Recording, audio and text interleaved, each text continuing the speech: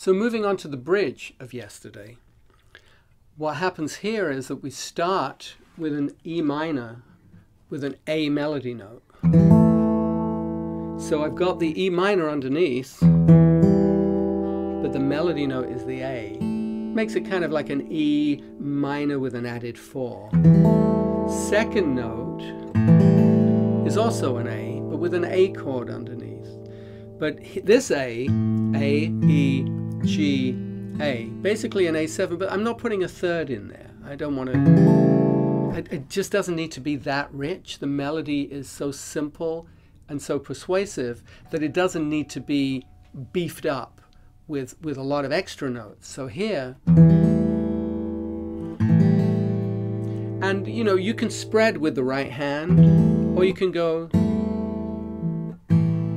I know the classical guitar players don't like it when we arpeggiate too much. And then the next melody notes, melody goes up. The bass line, however, goes down. And typically when you are learning something where you have two distinct parts, that you still want to learn those parts on a beat by beat basis. So here, 2 Ds, 2 open strings. Then the next melody note is the E, the next bass note is the C, and then the third of that is the F melody with the B flat in the bass. So you hear the two distinct lines, but what you play on a beat by beat basis is each vertical slice of it. And then holding that position, the next two notes, I'm just keeping that B flat in the bass. But if it's uncomfortable, just lift it off. But it's kind of nice, it adds a little dissonance because the melody note there is an E against the B flat is what we call a tritone. B flat, D, E natural. It's 3 whole steps. And it gives it a little bit of an edge there. And then moving into the next melody note, which is another E, the bass note is a G, giving you basically a G minor 6. And what you can do is add in the middle, add the B flat. So here we do E minor to A. Again, you have that G stretch. Next melody note is an open D to a C. Open D. So here, this could be a full C chord, or it could just be these 2 notes, optional. I'll play it differently depending on how I feel it, but be aware of this, which you could do a bar, and later you'll see why there's value in doing the bar. But for now, G minor 6, C, melody note F, open string, so you've got room to make the position change from a C back to the F grip. So here we do this.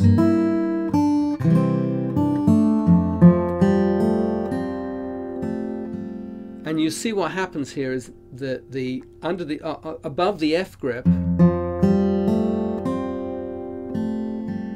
filling it out with just the open strings and then adding that C on top.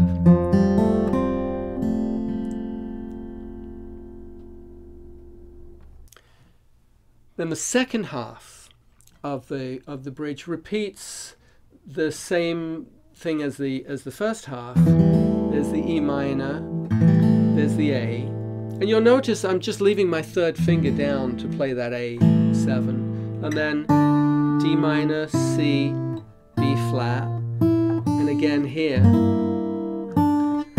But now you'll notice the melody note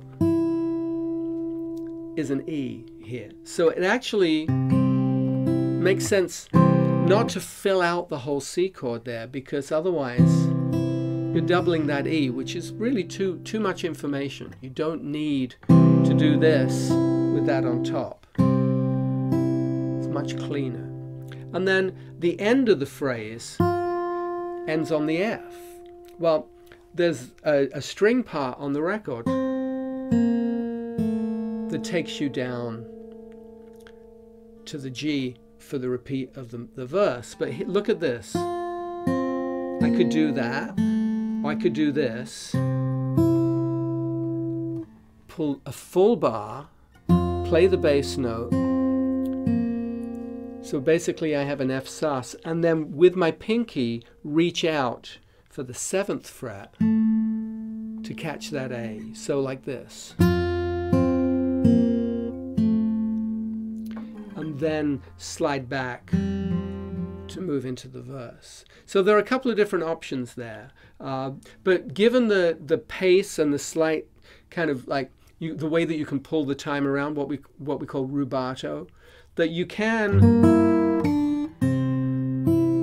let it kind of pause there and then finger it like that perhaps. I tend to do this because I like that bass note. And then you just want to, holding that grip, just reach up to do it. But it is a stretch. So if that's difficult, you could even do this.